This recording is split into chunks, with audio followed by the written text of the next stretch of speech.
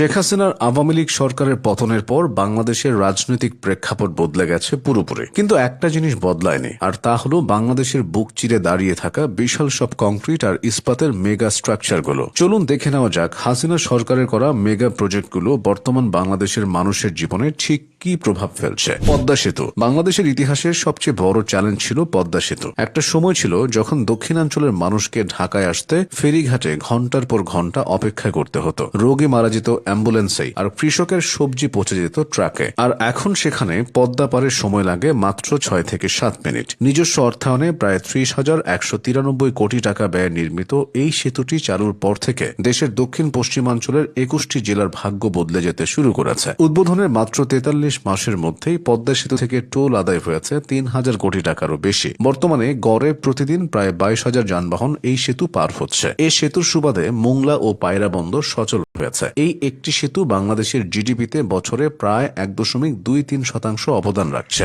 Metro rail ঢাকার জ্যামে যেখানে ঘন্টার পর ঘন্টা বসে থাকাটাই ছিল আমাদের নিয়তি, সেখানে মেট্রো রেল বা এমআরটি লাইন 6 যেন এক জাদুর কাঠি। উত্তরা থেকে মতিঝিল যে পথ পাড়ি দিতে বাসে লাগতো 3 থেকে 4 ঘন্টা, সেখানে মেট্রো রেলে লাগছে মাত্র 30 থেকে 40 মিনিট। মেট্রো রেল এখন ঢাকার গণপরিবহনের মেরুদণ্ড। প্রতিদিন গড়ে প্রায় 5 থেকে 6 লাখ মানুষ মেট্রো রেল ব্যবহার করছেন। ঘন্টায় প্রায় 60,000 যাত্রী পরিবহনের সক্ষমতা সম্পন্ন এই প্রকল্প ঢাকার ট্রাফিক জ্যামের কারণে নষ্ট হওয়া হাজার হাজার কোটি টাকার ক্ষতি কমিয়ে আনছে। মিরপুর 10 স্টেশন হয়ে উঠেছে সবচেয়ে ব্যস্ততম জনপদ, যেখান থেকে এখন পর্যন্ত প্রায় 1.75 কোটি যাত্রী যাতায়াত করেছেন। মেট্রো রেল শুধু সময় বাঁচাচ্ছে না, বাঁচাচ্ছে কর্মঘণ্টা এবং জ্বালানি। এলিভেটেড এক্সপ্রেসওয়ে বিমানবন্দর থেকে ফার্মগেট বা তেজগাঁও যেতে এক সময় লাগত 1.5 থেকে 2 ঘন্টা। ঢাকা এলিভেটেড এক্সপ্রেসওয়ে এই সমীকরণটা বদলে দিয়েছে। এখন এই পথটুকু পাড়ি দিতে সময় লাগছে মাত্র 10 থেকে 12 মিনিট। যদিও টোল বা ভাড়ার হার নিয়ে মিশ্র প্রতিক্রিয়া রয়েছে, কিন্তু যারা সময়ের মূল্য বোঝেন বা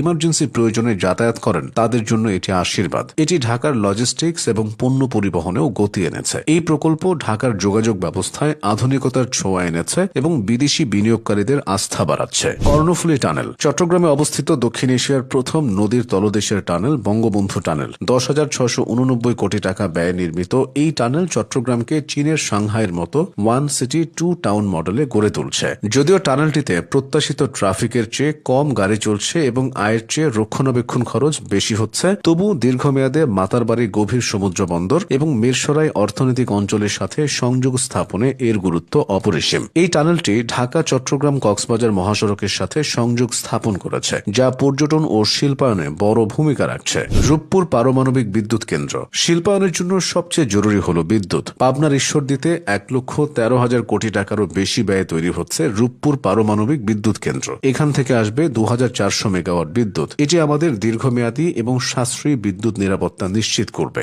যা গ্যাস বা কয়লার উপর নির্ভরতা কমাবে। থার্ড টার্মিনাল হযরত শাহজালাল আন্তর্জাতিক বিমানবন্দরের 3য় টার্মিনালটি বাংলাদেশকে সিঙ্গাপুর বা ব্যাংককের মতো এভিয়েশন হাবে রূপান্তর করার স্বপ্ন দেখাচ্ছে। এর ফলে বছরে আরও 1,20,00,000 যাত্রী সেবা পাবেন। দিন শেষে এই মেট্রো রেল, এই পদ্মা সেতু, এই এক্সপ্রেসওয়ে এগুলো কোনো নির্দিষ্ট দলের বা ব্যক্তির সম্পত্তি নয়। এগুলো জনগণের ট্যাক্সের টাকায়